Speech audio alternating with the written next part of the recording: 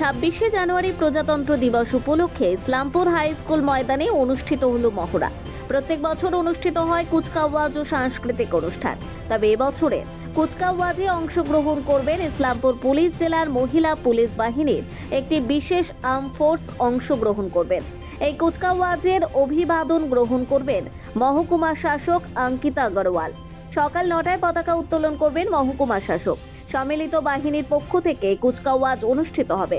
সেই কুচকাওয়াজের অভিবাদন গ্রহণ করবেন মহকুমা শাসক।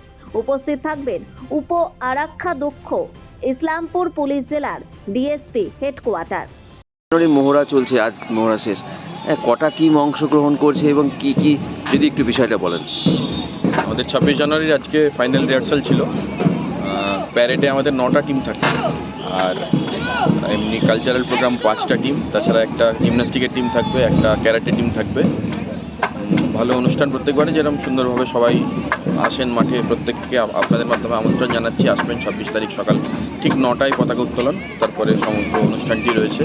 আজকে আমাদের শেষ প্রস্তুতি ছিল, আমাদের মহকুমা শাসক মহাশয় এসেছিলেন, উপ আরক্ষাধ্যক্ষ ইসলামপুর পুলিশ জেলা তিনিও এসেছিলেন।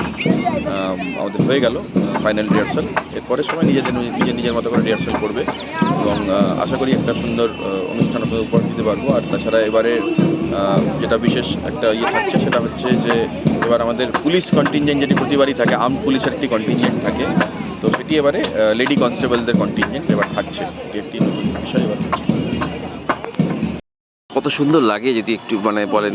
বিষয়টা মন থেকে ভালো লাগে, দেশের জন্য আমাদের এই অনুষ্ঠান খুব ভালো লাগে। আমি সঞ্চালনা আছি, আমার সাথে মিমো আছে, মিমো ধরা আছে আমার সাথে, তো দীর্ঘদিন থেকে সঞ্চালনা করি, খুব ভালো লাগে, মনে একটা তৃপ্তি পাই। আর ইসলামপুর শহরের যে এই অনুষ্ঠান হচ্ছে, যেমন ক্যারাটে আছে, ওখান থেকে একটা এক্সিবিশন হচ্ছে, প্যারেড হচ্ছে, জিমনাস্টিক হচ্ছে, এত সুন্দর সাংস্কৃতিক অনুষ্ঠান হচ্ছে এবং প্রাইজ ডিস্ট্রিবিউশনটা সবচেয়ে খুব ভালো লাগে, যে কৃতি সন্তানরা যারা আছে তারা প্রাইজ পায়।